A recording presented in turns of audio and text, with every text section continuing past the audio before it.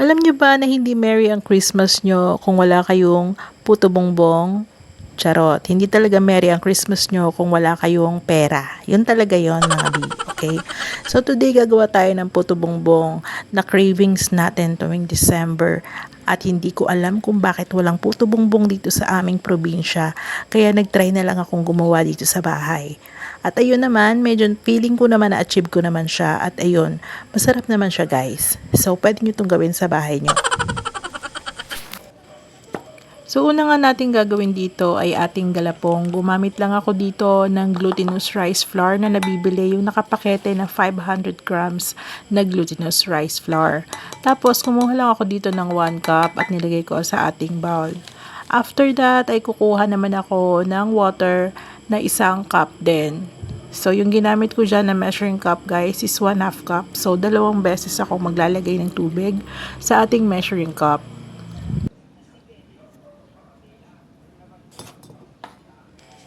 Kasunod naman ay gagamit tayo dito ng ating coloring or yung ating food color na purple.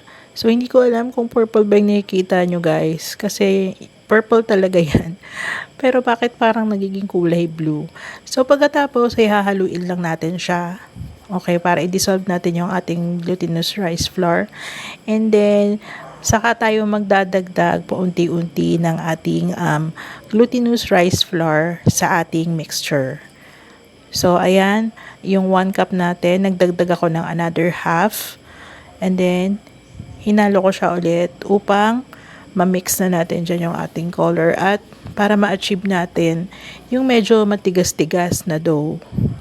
So, pagkatapos kong maglagay dyan guys, is naglagay ulit ako siguro ng 1/4 cup na lang yung nilagay ko dyan.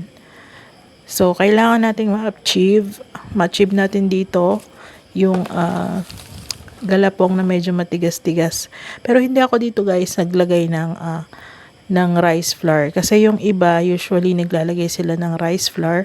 Pero ako ayoko kasi gusto ko talaga yung malambot na puto bongbong. So, kung ganyan na siya guys, kung hindi na siya kumakapit sa ating kamay, pwede na natin itong i-mold. Yan. Pwede na natin siyang ano bang tawag dyan? Masahin. Pwede na natin siyang masahin. So, kailangan mahalo talaga lahat ng ating glutinous rice flour at saka yung ating water. At maging ganyan na siya katigas. Yan, nakita nyo ha kung gaano katigas. Hindi super tigas, sakto lang. And then, pagkatapos naman yan, ay atin itong, ayan na natin. Ayan, gagadgarin natin siya guys. Gamit yung ating panggadgad, grater ng cheese. And then, ayun na siya. And then, yan yung ating margarine. So, since wala tayong bamboo steamer, guys, ay gumamit lang ako dito ng dahon ng saging. So, pinahiran ko to ng margarine at bago ko nilagay yung ating galapong. So, ginadgad natin siya. Ang goal natin dito is hindi talaga siya mamuo-muo. So, dahan-dahan lang ang paglalagay natin dyan ng ating galapong sa ating dahon ng saging. Pagkatapos ay ifo-fold lang natin yung dahon ng saging after nyan.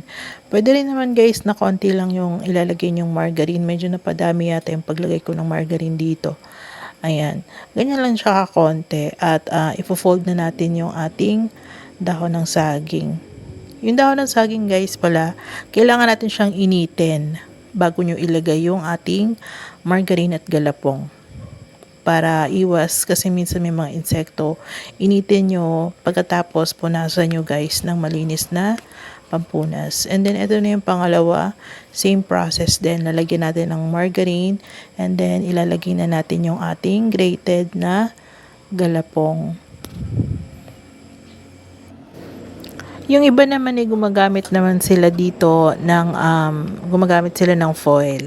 So, ito, mas okay kasi sa akin. Gusto ko yung amoy ng dahon ng saging. So, mas pinili ko yung dahon ng saging. And then, i-steam natin siya, guys, for 15 minutes. Ayan.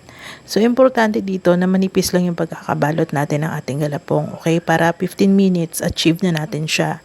And then, finally, lalagyan na natin siya ng margarine. Ayan. habang mainit pa guys, ilagay nyo na yung margarine kasi para mag-melt ito sa ating puto bongbong. And then, maglalagay tayo dito ng, of course, yung ating grated na niyog. And then, ating cheese. At pagkatapos nun, ay maglalagay na tayo dito ng ating condensed milk. So, yung iba merong leche plan, depende sa inyo. Pero para sa akin, okay na yung condensed milk, matamis na siya. So, yan guys, thank you for watching. Pwede nyo nang gawin sa bahay.